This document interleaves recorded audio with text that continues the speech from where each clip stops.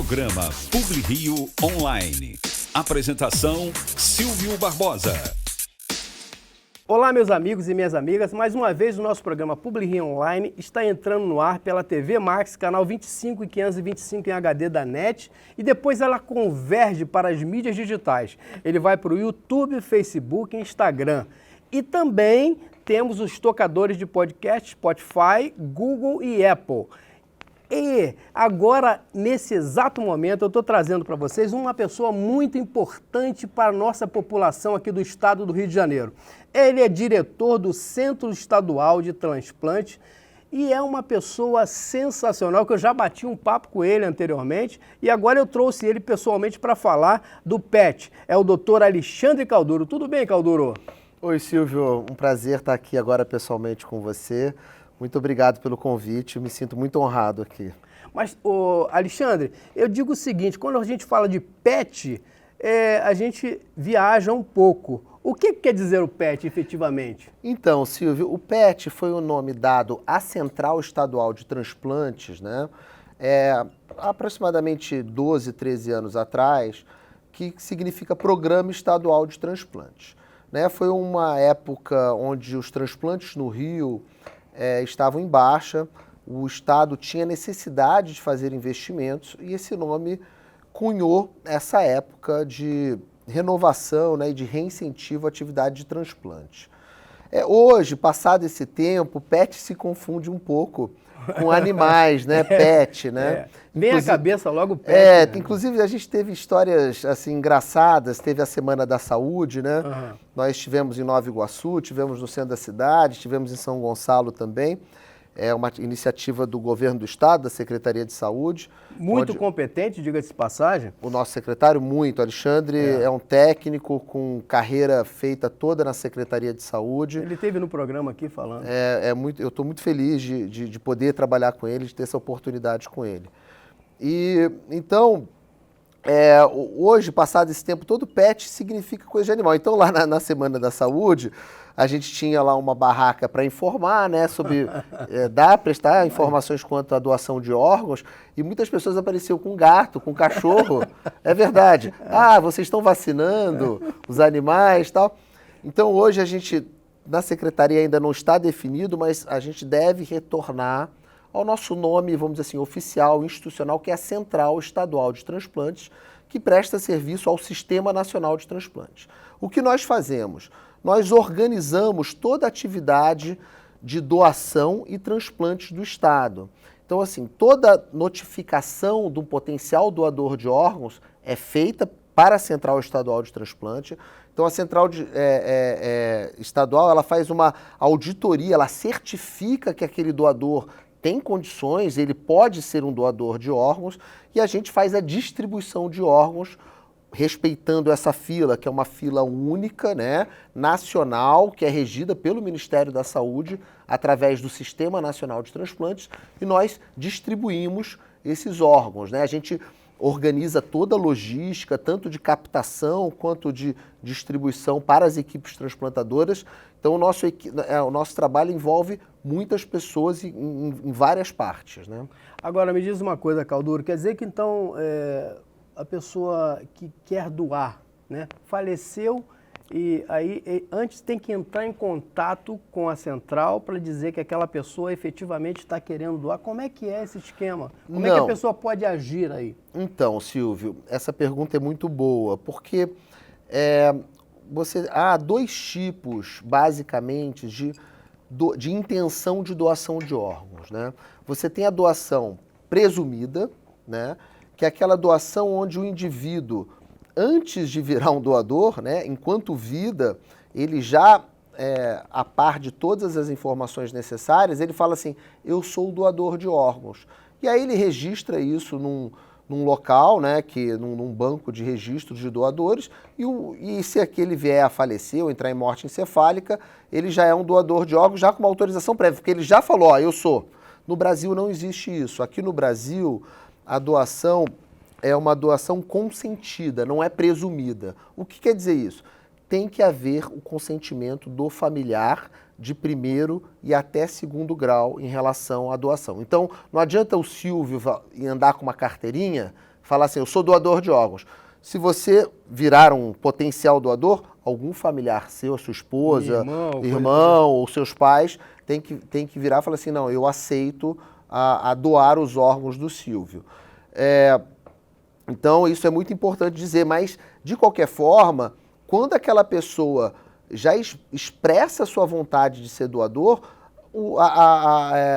naturalmente a família respeita, né? Entendi. Então, por isso que as campanhas de informação quanto à importância de se doar órgãos no Brasil é muito importante. Calduro, há 2 tipos de transplantes sólidos e de tecidos. Como é que é isso? O que é isso? Então, você tem o transplante de órgãos sólidos, que são os órgãos vitais, né? Que é o rim, o coração, o pulmão, o próprio intestino, o pâncreas, né? Esses são órgãos sólidos.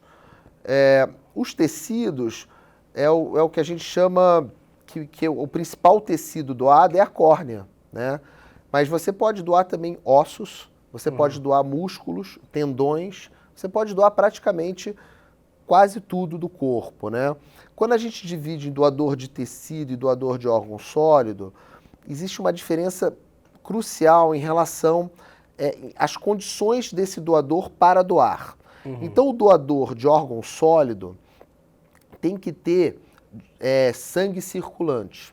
Então, aí entra o conceito da morte encefálica. Então, é aquela pessoa que, por algum motivo, um acidente de automóvel, uma queda da laje, né? Ou, às vezes, um próprio afogamento, né? A pessoa, o cérebro sofre, fica sem oxigênio, e o cérebro... A gente pode falar do Gugu, que aconteceu isso com ele lá? Sim, claro. Lá nos Estados Unidos? Exatamente. O Gugu é um exemplo que é de fácil compreensão, né? Que é um cara super conhecido. O Gugu, infelizmente, caiu, bateu a cabeça, foi levado ao hospital, recebeu todo o tratamento possível, né? Imaginário e impossível, né? E, infelizmente, ele entrou em morte cerebral, né? Ou seja, o que é a morte cerebral? Não há nem mais fluxo sanguíneo para o cérebro, não há mais atividade elétrica para o cérebro e não há nenhum tipo de reflexo que possa existir, né? Quando a pessoa ainda está numa condição ainda, vamos dizer assim, limite, né, entre vida e morte. Ele não tem nenhum tipo de reflexo. Quantas pessoas o Gugu beneficiou nesse... Quer dizer, o corpo do Gugu, a família do Gugu beneficiou nesse transplante? Então, como eu disse, né, você numa doação de órgãos, você pode, doação de órgãos sólidos, você pode beneficiar até 9 pessoas, né, fora os tecidos, né? Porque você tem 2 rins, então são 2 pessoas, né? Só em rim são 2, o fígado 3, pâncreas 4, coração 5, pulmão, você pode doar o pulmão, geralmente doa em bloco, mas pode ser 2 pulmões também, e tem o intestino. São 8 pessoas, né? De uma forma geral, você pode ajudar com órgãos. Fora a córnea, né? Que são 2 córneas, então cada córnea vai para uma pessoa. Então, assim, um doador de órgãos, ele beneficia muitas pessoas, e é importante dizer, quem que precisa de um transplante são pessoas que estão ou sofrendo muito de uma doença crônica já há anos, né? E aqui no Brasil, acho que o maior exemplo são as pessoas que estão em hemodiálise, insuficiência renal crônica, que é um tratamento muito, assim, que diminui muito a qualidade de vida do indivíduo que está em hemodiálise, e o transplante transforma, né? O transplante transforma a pessoa sai da hemodiálise. Mas, doutor Calduro, me diz uma coisa, aqui no Brasil e no nosso estado do Rio de Janeiro, a gente acha que existem umas armações assim. Eu vou te dizer assim, eu sei que você não vai gostar do que eu vou falar. Não, mas é importante. Mas veja bem, a pessoa fala, mas isso aí é uma armação. Se o amigo do doutor Calduro tiver com algum problema, ele vai chegar e vai colocar o amigo dele na frente dos transplantes. Como é que é isso? Como é que é essa logística de transplantes? Como é que consegue conciliar isso? Tá. Então, a partir do momento que uma pessoa entra na fila de transplante, nós da Central Estadual não temos nenhum poder sobre aquela fila. Por quê? É um sistema eletrônico, né, em posse do Sistema Nacional de Transplantes. Brasil inteiro? Brasil inteiro. Os órgãos são disponibilizados regionalmente. O que quer dizer o seguinte, o órgão que está no estado do Rio, ele vai para a fila do Rio inicialmente. Uhum. Se ninguém estiver no Rio de Janeiro candidato àquele Necessidade órgão, daquilo ali. se aquele órgão não for compatível, né, não tiver nenhum receptor para aquele órgão é disponibilizado na fila nacional. Tá? Quem faz isso é um programa de computador. A gente coloca os dados do doador no sistema e o próprio sistema faz o ranqueamento, ou seja... Não tem arrumação então, doutor? Não tem. O sistema nosso, graças a Deus, e é muito importante que se fale isso, porque é uma construção de mais de 20 anos, né? E hoje o sistema nacional, e hoje o Brasil, se você não sabe, ele é o segundo maior transplantador em números absolutos do mundo. E é o primeiro sistema público de saúde em números de transplantes. Caramba. Então a gente tem números muito importantes, um sistema muito robusto, muito transparente, totalmente auditável, tá? Auditável, a população pode confiar que se tem alguma coisa que, assim, no Brasil dá certo e que é imune a falcatruas, é a lista de transplante. Eu garanto isso. Agora, eu queria saber de você, doutor Calduro, quais são as ações que o governo do estado está fazendo para aumentar o número de transplantes? A gente já está bem pra caramba no ranking. O que o estado está fazendo? Nós temos alguns números que são muito bons e temos alguns números que não são bons. Então, por exemplo, um número muito bom que eu acho que é legal falar para a população. Nós somos o segundo melhor estado em negativa familiar. O que quer dizer isso? O Rio de Janeiro fala sim para a doação de órgãos. Uhum. O carioca, ele acredita no sistema e quando ele é abordado pelas equipes dos hospitais, eles falam mais sim do que não. Então isso é uma coisa que tem que ser valorizada e isso também expressa a qualidade do serviço prestado pelos hospitais, né? Para acolhimento familiar, explicar o que é doação de órgãos. Então nós somos muito bons. No entanto, o nosso acesso ao transplante ainda é ruim. Nós temos poucas equipes de transplantes no estado e a gente tem um sistema que ainda, por exemplo, as universidades do Rio de Janeiro fazem pouco transplante. É mesmo? Né? Diferente de outros estados, que, por exemplo, São Paulo, o maior volume de transplante do estado de São Paulo está dentro das universidades. Minas está dentro das universidades, Rio Grande do Sul está dentro das universidades, Ceará... Parece que a Universidade do Fundão vai fazer transplante. Exatamente, isso que eu ia falar. Hoje, nós estamos muito fomentando que as universidades voltem a fazer transplante.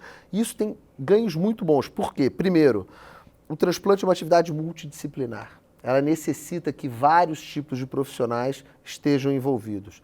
Segundo, a gente precisa gerar conhecimento. A gente precisa, né, ter pesquisas a respeito de transplante. Então, a universidade é um centro importantíssimo para o bom desenvolvimento do transplante. Quais ações nós estamos fazendo? Então, o que não é bom no Rio de Janeiro? Por exemplo, nós temos hoje no estado do Rio 13 mil pessoas em hemodiálise. E essa parcela dessas pessoas em hemodiálise que estão esperando um rim, a nossa é muito ruim. Apenas 8% das pessoas que estão em hemodiálise aguardam um rim. A gente tinha que, pelo menos, estar em torno de 20% das pessoas que estão em hemodiálise estarem na fila do rim. Então, a gente precisa aumentar o acesso dessas pessoas em hemodiálise para fazer transplante de rim. E nós estamos fazendo isso. Nós estamos regulando todas as clínicas de diálise, nós estamos perto deles agora, conversando com eles e educando, né, e dando todas as informações necessárias para que esse paciente possa ter acesso a um centro transplantador. Outra coisa que no Rio não é bom, doação de córnea. Nós temos muitos doadores, né, mas a gente não consegue captar a córnea. Então hoje, numa ação conjunta do governo do estado, junto da Secretaria de Saúde com a Secretaria de Polícia Civil, nós vamos abrir um local de captação de córnea dentro do IML, do Instituto Médico Legal. Uma experiência já feita em vários estados e que aqui no Rio não era feita. Então eu levei essa demanda para o ex-secretário Alan Turnovski, com o apoio do governador e do secretário de Saúde, e nós conseguimos juntar aí a turma e vai sair aí o centro de captação de córnea, que nós não vamos resolver o problema do estado com o IML, mas vai ser um ponto de partida muito importante. Nós estamos falando aqui com o doutor Alexandre Calduro, que é o diretor da Central Estadual de Transplante. Vamos aos comerciais, doutor, e daqui a pouco a gente volta. Programa Publi Rio Online. Apresentação Silvio Barbosa. Eu vim aqui para recomendar a você, se você quer comprar móveis de escritório, tem uma loja que é sinônimo de qualidade há mais de 30 anos. É a CVL Móveis. Ela fica ali na Barão de São Félix, número 18. CVL Móveis, você encontra tudo para móveis de escritório e home office também. CVL Móveis, sinônimo de qualidade. Rua Barão de São Félix, número 18, Centro. É só chegar lá. Olá, meu amigo, olá, minha amiga. Eu tô aqui para convidar você para participar da promoção Ah, que delícia, no Hotel C-Design. Todo sábado tem uma super feijoada aqui no Hotel C-Design. Para você participar é simples, é só entrar no nosso canal do YouTube, do canal da Publi Rio Online e curtir e se inscrever. Eu quero participar da promoção C-Design. É simples, aí 2 pares de ingressos serão dados a cada mês, né?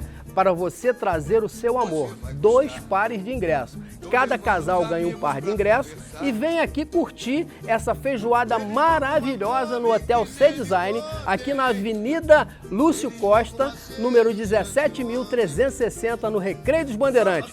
Eu te aguardo, hein? Até lá! O doutor Alexandre Calduro, me diz uma coisa, o senhor é diretor da Central Estadual de Transplante. Eu fiquei sabendo, doutor, que agora a gente pode fazer, existe o xenotransplante. Olha, doutor, você sabe que o meu irmão, Sérgio, ele antigamente, perto do Natal, ele pegava um porquinho e matava o porco para a gente comer. Você sabe que hoje eu fico com o meu coração na mão quando você fala, porque parece-me que o porco, ele é o animal mais parecido com os órgãos da pessoa humana. É verdade ou está errado isso? Não, tem um fundo, né?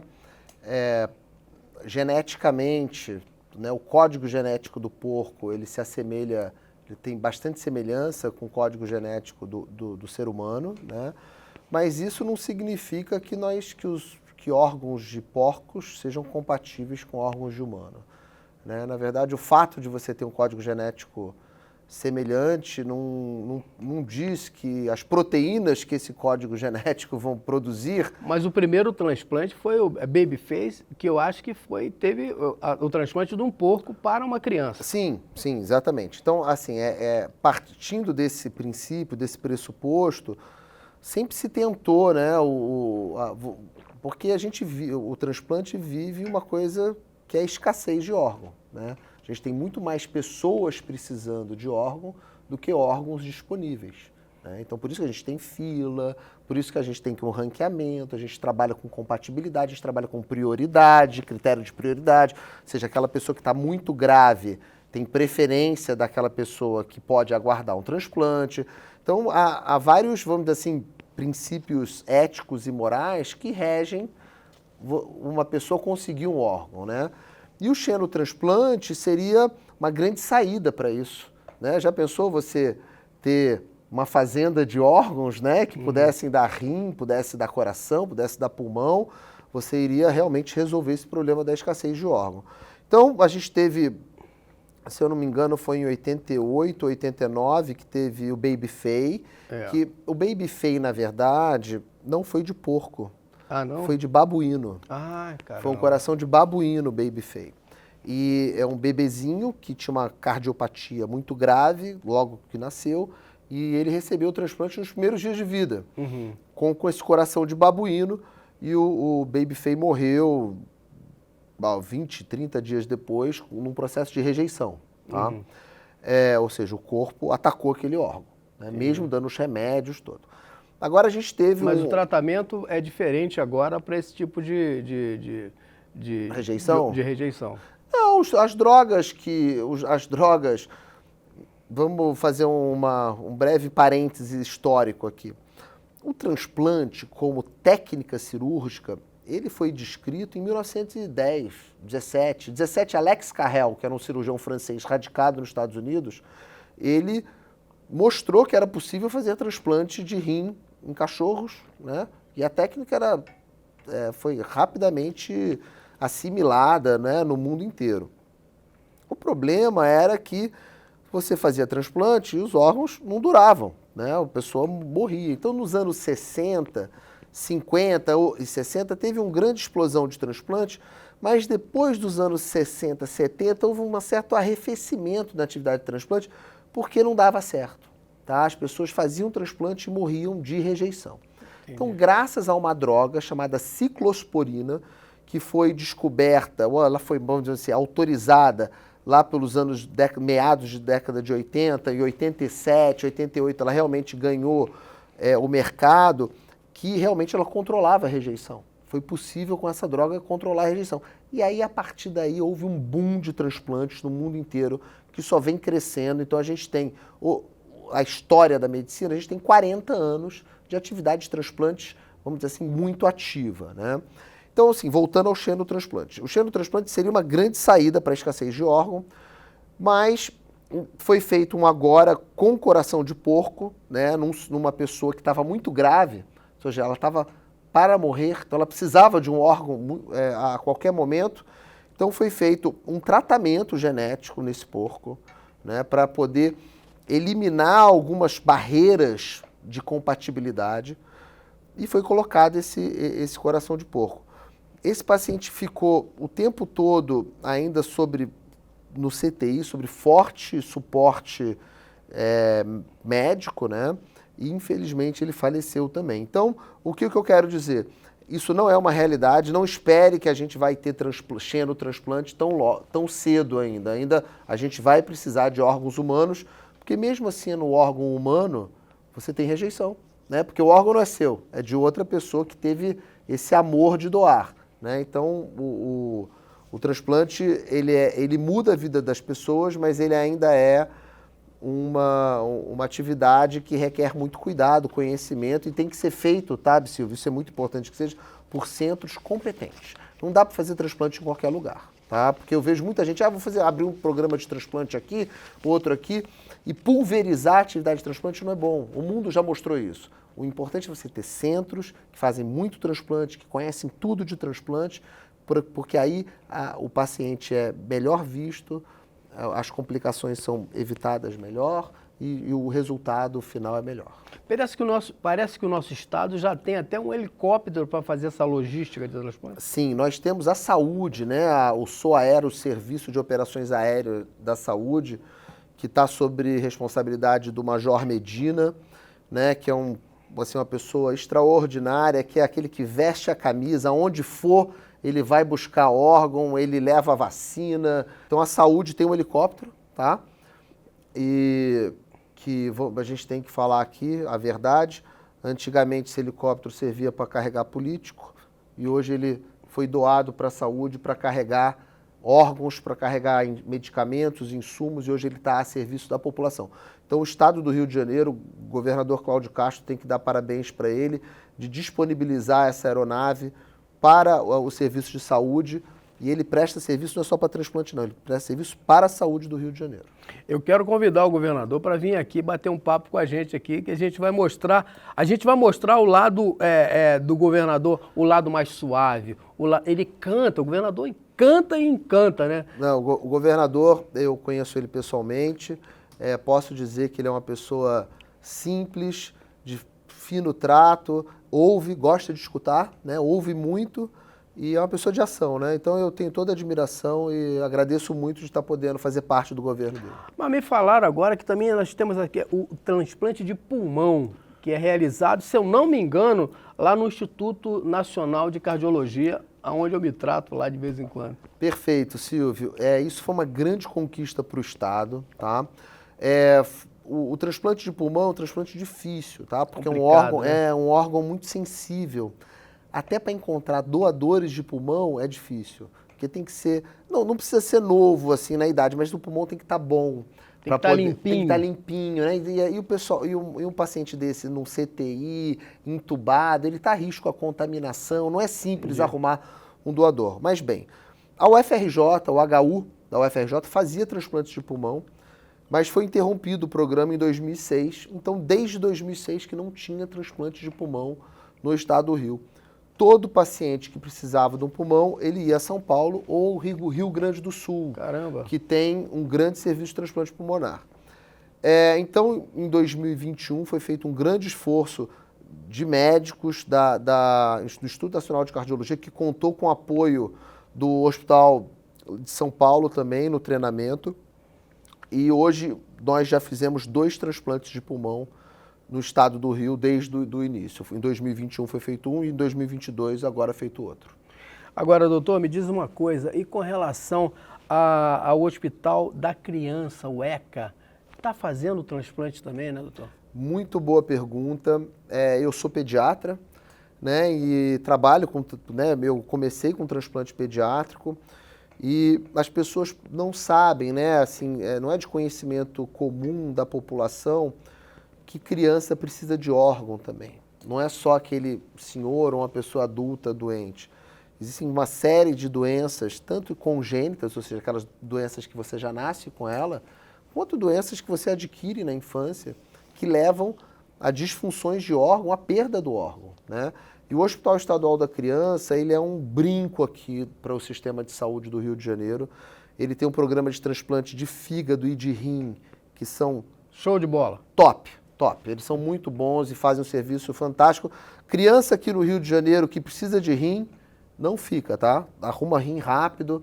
Tem o doutor Ricardo Ribas, que é o urologista pediátrico, cirurgião responsável lá. Doutora Clarissa, que é a nefrologista que cuida. São pessoas maravilhosas que exercem um grande trabalho. Agora, doutor, as pessoas às vezes ficam com medo, quando chegando no hospital, ela fica com medo de dizer que é doadora, porque ela acha que de repente as pessoas vão antecipar a morte dela e alguém vai estar ganhando dinheiro com isso. O que o senhor tem a dizer disso? Eu estou sendo aqui um advogado do diabo, mas a verdade é essa. Não, a sua pergunta é ótima, Silvio, porque é o medo das pessoas, né? A pessoa às vezes não quer nem dizer para a família que é doador de órgãos, com medo de chegar num hospital vítima de um acidente ou de algo, e aí tá lá com uma carteirinha falando que é doadora de órgão e a pessoa acha que não vai ser tratada para virar um doador. Então, primeira coisa, não existe toda atividade de doação de órgãos no Brasil, ela é baseada no princípio altruísta. O que quer dizer isso? É um ato de amor. O órgão é doado gratuitamente. Não existe valor, não se compra órgão, né? Nem de maneira ilícita, tá? É muito difícil isso acontecer, né? Porque dentro do hospital você não vai ter esse tipo de negociação. Então, o transplante, a doação é gratuita, ninguém compra órgão no Brasil. Segundo, a pessoa só vai virar um doador depois que ela entrar em morte encefálica, tá? E para isso acontecer, demora tempo, entendeu? E se a pessoa não for bem cuidada, ela morre. Ela morre, ou seja, o coração para. Uhum. Então nem doador de órgão ela vai ser. Entendi. Você está entendendo? Porque, então assim, para a pessoa virar um doador de órgão, primeiro ela tem que ser bem cuidada. Aquele corpo tem que ser muito bem cuidado para ser doador. Porque só vai ser doador quem tiver com o corpo bom, mas que a cabeça faleceu, né? Ou seja, teve uma morte encefálica. Uhum. Mas o restante do corpo tem que estar bom. Os órgãos têm que estar bom. E para os órgãos estarem bons, ele precisa ser bem cuidado, tá? E quem faz isso são os profissionais das comissões intra-hospitalares de doação de órgãos e tecidos, que são profissionais que, depois que entrem com morte encefálica, ele acolhe a família, explica direitinho e pega o termo de autorização. E como comunicar, então, doutor, que é um doador de órgãos? Então, ninguém vai te perguntar que é doador de órgão, a não ser que você já esteja em morte encefálica, tá? Então, a pessoa está no hospital... Não adianta você falar que é doador ou não é doador se você não estiver em morte encefálica. Sim. Ninguém é abordado, nenhuma família é abordada para falar, você é doador de órgãos, sendo que o cara ainda está em tratamento. Você só vai abordar a família, isso é regra, tá? Uhum. Regra.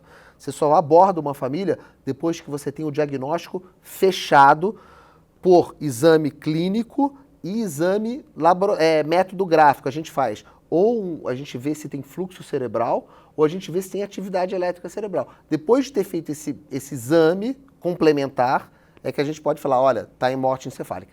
Aí que a família vai ser abordada. Entendi. Doutor, eu quero agradecer a sua presença aqui no nosso programa. Está à sua disposição. Gostaria que o senhor viesse aqui o dia que o senhor quiser, a hora que o senhor quiser, para informar tudo sobre o PET, que agora, na verdade, não é mais PET, né? Agora é o CET, né? Central Estadual de Transplante. Muito obrigado, doutor Alexandre Calduro, que é o diretor-geral lá do Centro Estadual de Transplante. Muito obrigado, doutor. Silvio, eu que agradeço, né? Isso aí é um programa de utilidade pública, né? Que vem a informar as pessoas. E é o que a gente chama de jornalismo sério, né, informativo. Eu que agradeço a oportunidade. Doutor Alexandre Calduro, espero ter contribuído e ter esclarecido para a população essa situação do transplante. Muito obrigado. Um abraço. Abração. Valeu. Tchau.